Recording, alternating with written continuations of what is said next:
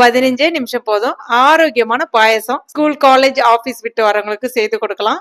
இத மட்டும் நீங்க செய்து கொடுத்தீங்கன்னா உங்களை பாராட்டி தள்ளிடுவாங்க. ஏன்னா சுவை அவ்வளோ அருமையா இருக்கும். எலும்புக்கு உறுதியை கொடுக்கக்கூடிய ஒரு அருமையான ஆரோக்கியமான கால்சியம் சத்து நிறைந்த பாயசம் அப்படின்னே சொல்லலாம். இதை செய்யறதுக்கு 1.5 டீஸ்பூன் கசகசா, அதாவது பாப்பி சீட்ஸ் அப்படின்னு சொல்லுவாங்க. இதுல அதிகமான கால்சியம் சத்துக்கள் இருக்கு. ஒரு பவுல்ல சேர்த்துக்கலாம். கூடவே அது ஊறுற அளவுக்கு கொஞ்சமா தண்ணி சேர்த்துக்கோங்க. 1 மணி நேரம் நல்லா ஊறணும். அது ஊறுறதுக்குள்ள ஒரு பாத்திரத்துல 150 கிராம் வெல்லம் சேர்த்துக்கோங்க. உங்களுக்கு இனிப்பு கூடுதலா வேணும்னா 200 கிராம் தாராளமா சேர்த்துக்கலாம். கூடவே அந்த வெல்லம் மூழ்கிற அளவுக்கு கொஞ்சமா தண்ணி சேர்த்துக்கோங்க. ரொம்ப நிறைய சேர்க்காதீங்க. இது அடுப்புல வச்சு ஒரு கொதி வந்தா மட்டும் போதும். ரொம்ப அப்படியே கொதிக்கணும் அப்படிலாம் கிடையாது. அந்த வெல்லம் கரைஞ்சி வந்தா மட்டும் போதும். நான் இன்னைக்கு வெள்ளை பொடியா பயன்படுத்திருக்கேன். இப்ப பாருங்க, இந்த மாதிரி ஒரு கொதி வந்த பிறகு ஸ்டவ் ஆஃப் பண்ணிடுங்க. இப்ப 1 மணி நேரம் ஆயிடுச்சு. கசகசாவை மிக்சியில சேர்த்துக்கோங்க.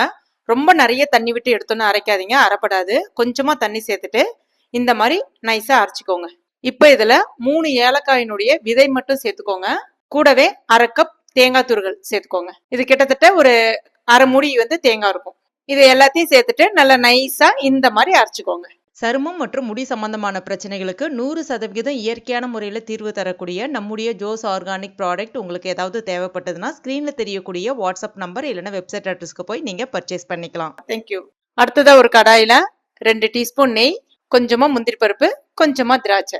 இது ஆப்ஷனல் தான், சேர்த்தீங்கன்னா நல்லா இருக்கும். பொன்னிறமா வந்த பிறகு தனியா எடுத்து வச்சுக்கோங்க. இப்ப இதுல நம்ம வெல்லம் ஒரு கொதி விட்டு வச்சிருந்தோம்ல, அதை வடிகட்டிக்கலாம். இந்த வெள்ளை கரைசல் நல்லாவே ஆறி இருக்கு. சூடா ஊத்தினாலும் தப்பு இல்லை. கூடவே நம்ம அரைச்சி வச்சிருக்க அந்த கசகசா விழுதியும் சேர்த்துக்கோங்க. அந்த மிக்சியில கொஞ்சம் தண்ணி சேர்த்துட்டு அதையும் சேர்த்துக்கோங்க. ரொம்ப நிறைய சேர்க்காதீங்க. நம்ம கடைசியா இதுல பால் சேர்க்கணும். இது ரொம்ப நேரம் கொதிக்க வைக்கணும் அப்படிலாம் கிடையாது. ஒரு கொதி ஒரு 2 நிமிஷம் மட்டும் கொதிச்சா போதும். ரொம்ப நேரம் கொதிக்க வைக்கணும் அப்படிலாம் கிடையவே கிடையாது. நல்லா ஒரு முறை கலந்து விட்டுக்கோங்க.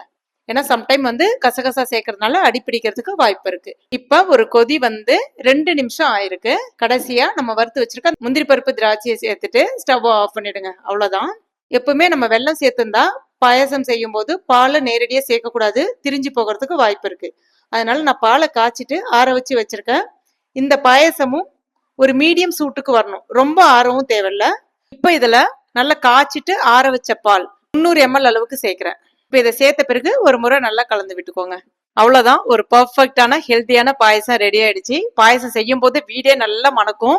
இதை வாரத்துல 2 முறை செய்து சாப்பிடுறது. முக்கியமா கொஞ்சம் வயசான காலத்துல ஸ்ட்ரெஸ் அதிகமா இருக்கும்போது, தூக்கம் இல்லாம இருப்பாங்க, முடி நிறைய கொட்டும், கால்சியம் குறைபாடுனால கஷ்டப்படுறாங்க, அவங்க எல்லாம் இதை தாராளமா எடுத்துக்கலாம். அவ்வளோ சூப்பரான உறக்கம் வரும், நல்ல டேஸ்டாவும் இருக்கும், உடம்புக்கு கால்சியம் சத்தும் அதிகரிக்கும். கண்டிப்பா ட்ரை பண்ணி பாருங்க.